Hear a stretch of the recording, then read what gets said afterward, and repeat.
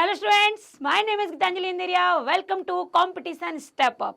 और उड़ान सीरीज का हमारा 13वां मतलब हमने 13 प्रैक्टिस पेपर कंप्लीट कर चुके हैं। और आज जो हम प्रैक्टिस पेपर लाने वाले हैं, आपको लाने वाले क्या, ला चुकी हूँ, और वो है 14, मतलब हम 14वां कहें, 14वां कहें, 14 कहें, 13 हमने कंप्लीट कर लिए हैं।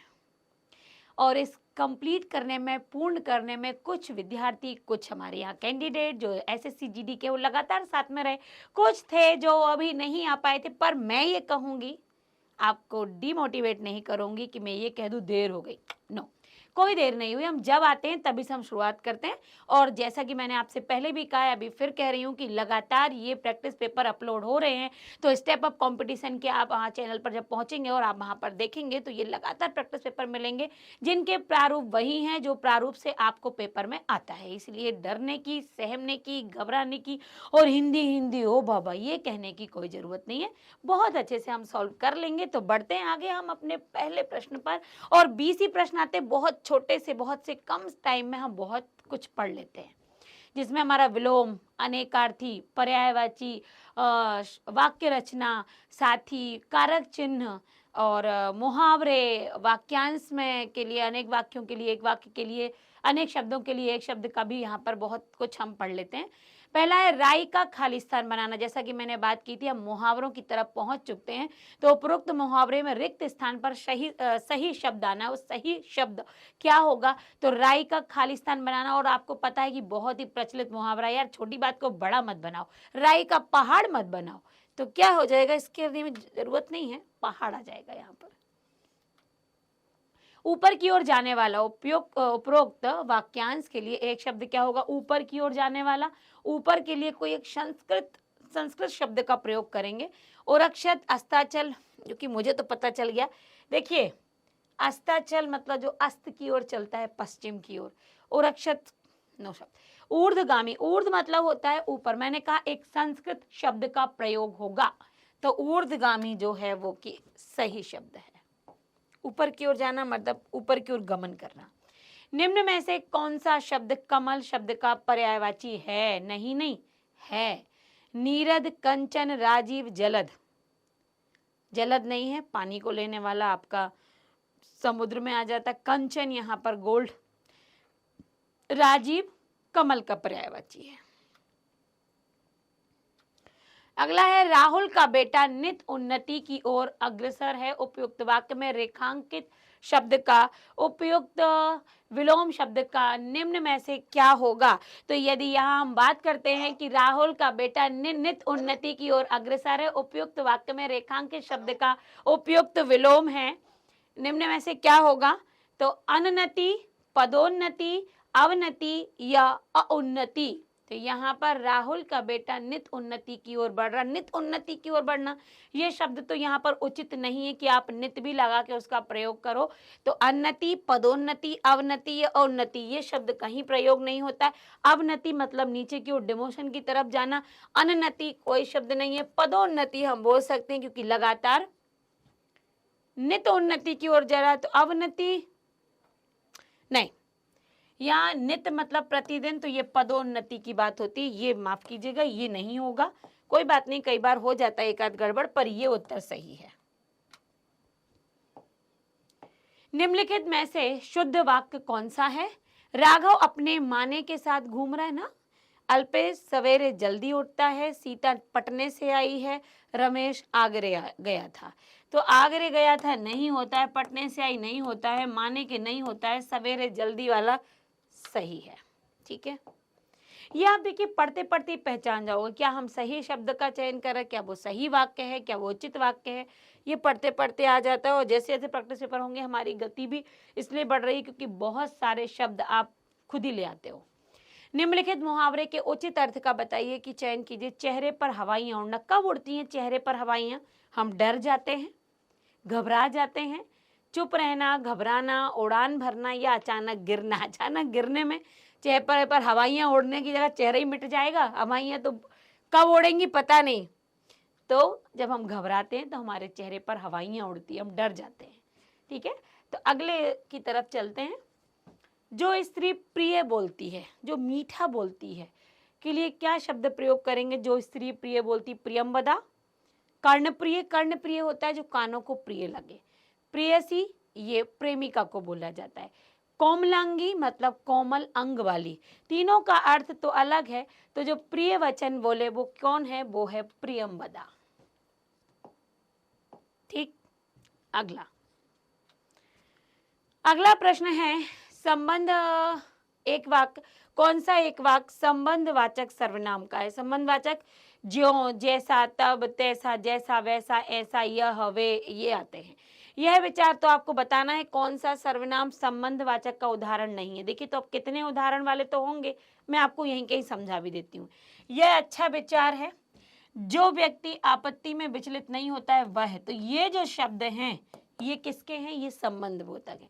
जिसे चोट लगती है वही समझता, पीर समझता है। जो गड्ढा खोदता है उस गड्ढे में गिरता है। तो ये आप समझ गए, जब इन शब्दों का एक साथ प्रयोग होता है तो ये क्या होते हैं? ये संबंध बताते हैं।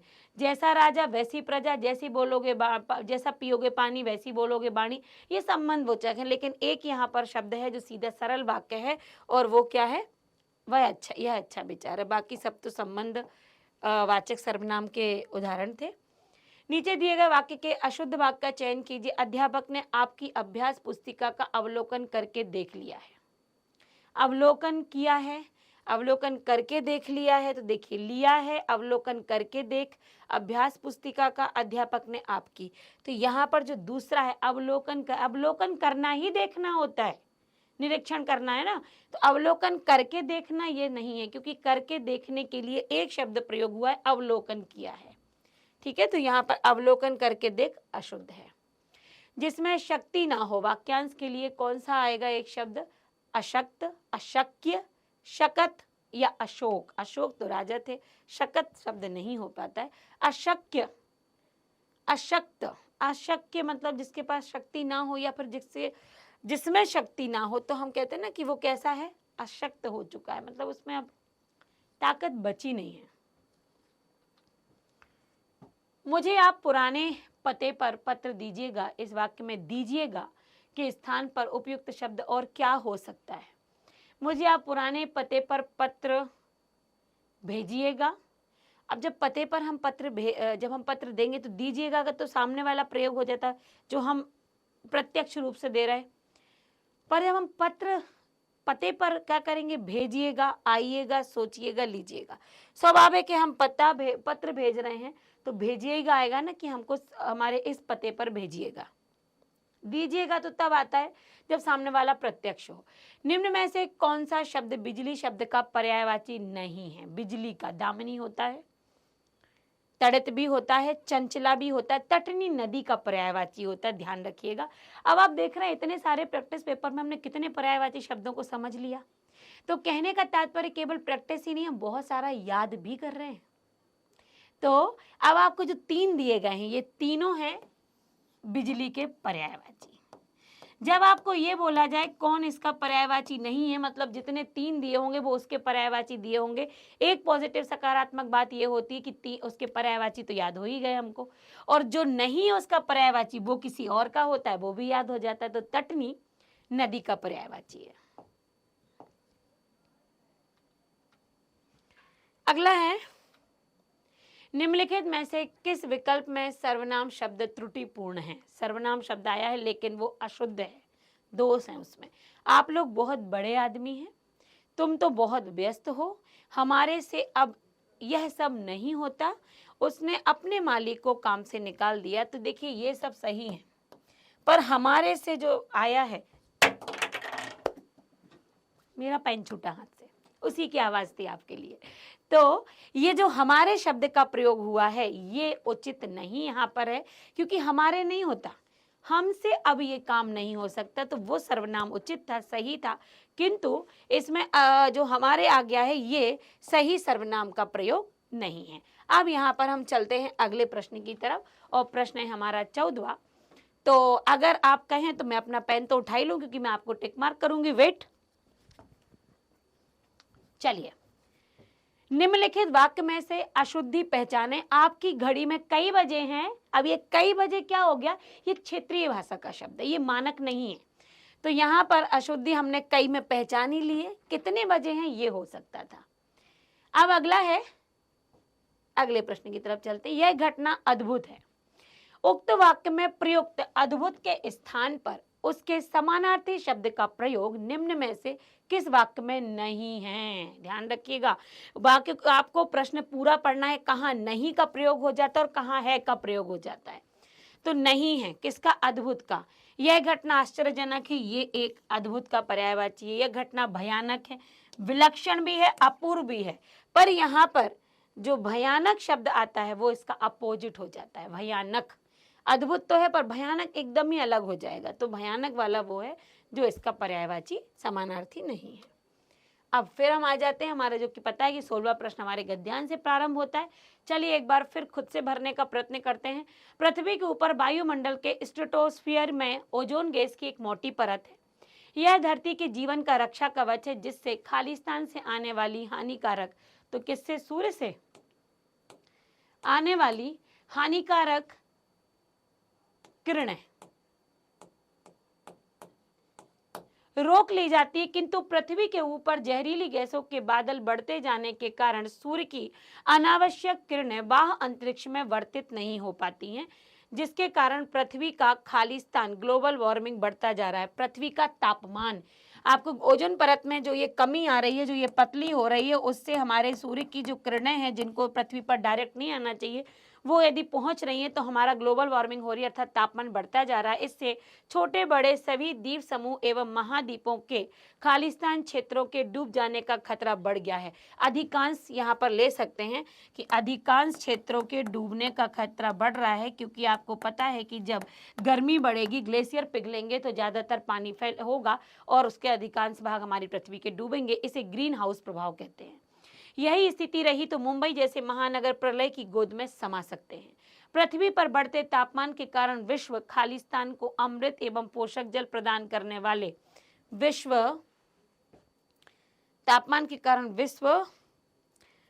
प्रदान करने वाले ग्लेशियर या तो लुप्त हो गए हैं या लुप्त होने की ओर बढ़ते जा रहे हैं। ग्लेशियर क्योंकि पिघल रहा है, ये 5वां हमको उत्तर नहीं मिल रहा है, पर अगले उत्तर की हम तरफ चलते हैं। और ये बहुत अच्छा गद्यांश है ग्लोबल वार्मिंग को लेकर, और ग्लेशियर, जो तापमान बढ़ने से ग्लेशियर पिघल रहे हैं और जो पानी की स्तर बढ़ेगा। और यहाँ बताया है कि मुंबई जैसे महानगर, मतलब जो समुद्र के तल पर किनारे पर बसे हुए हैं, उनके डूबने की जो आशंका है वो बढ़ जाती है। यहाँ पर देखिए दिए गए शब्दों में, अब यहाँ पर पहला क्या था? पहला मेरे ख्याल से सूर्य ही हमने लिखा था, ये हमारा पहला था जो कि सही है।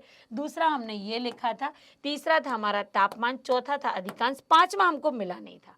सूर्य एकदम सही है कि सूर्य से हम क्या प्राप्त कर रहे हैं, तो सूर्य से हमें, ओके, दूसरा क्या था? किरणें होती हैं एक्चुअली, ये हमारा गलत है, आंसर हमारा ये सही है, ध्यान रखिएगा। सूर्य से किरणें निकलती हैं, सूर्य से हवाएं नहीं निकलती हैं, किरणें हमारा उत्तर सही है। और फिर अधिकांश भाग या अधिकांश क्षेत्र, तापमान तीसरा करेक्ट है। देखिए हमने तीसरा तापमान ही भरा था, ये यहाँ से सही हो जाएगा, तापमान। ओहो, चौथा हमने इस कारण मिट गया। और इससे हमारा कई अधिकांश क्षेत्र नहीं, मैदानी भाग, तटीय भाग मतलब हमारे भारत का जो यहाँ पर समुद्रों का जो तटीय भाग है, मतलब उनके किनारे के जो भाग हैं, उनमें उनकी आशंका, बहुत सारे पानी स्तर, जल का स्तर वहाँ पर बढ़ रहा है। जैसे हम मुंबई की यहाँ पर बात की गई है, तो हमारा क्या होगा अंत में? जो हमारे देश की अधिकांश सभ्यता है वो क्या हो जाएगी? वो डूब जाएगी, क्योंकि तटीय क्षेत्रों पर जो क्षेत्र बसे हुए हैं, जब वो डूबेंगे तो हमारे देश की जो सभ्यता है, पीछे की तरफ चलते हैं, ये देखिए, पृथ्वी पर बढ़ते तापमान के कारण विश्व सभ्यता को अमृत एवं पोषक जल प्रदान करने वाले विश्व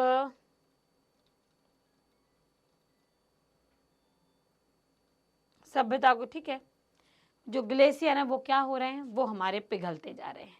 तो आपने देखा कि गद्यांश को कई बार हम अपने यदि खुद से समझने की कोशिश करें तो आप बहुत आसानी से, अब आप कहेंगे मैम क्या हमारे सामने जो आप भरवा रही हैं, क्या हमारे सामने ऑप्शन नहीं होंगे? होंगे, बिल्कुल होंगे। मैं इसलिए भरने की कोशिश कर रही हूँ, फिर हम ऑप्शन की तरफ चलते हैं कि आप जब उसके विकल्पों को देखेंगे तो आप आसानी से उत्तर छांट पाएंगे, क्योंकि पढ़ते पढ़ते आप उन शब्दों का चयन खुद से कर पा रहे हैं जो कि विकल्प में दिए हैं। तो आपको बहुत आसानी होगी आपको उसके विकल्प को छांटने की। इसलिए इन विकल्पों पर पहुंचने से पहले ही मैं गद्यांश को भर लेती हूँ कि आपको भी समझ में आए कि इसको पढ़ते पढ़ते आसानी से भरा जा सकता है।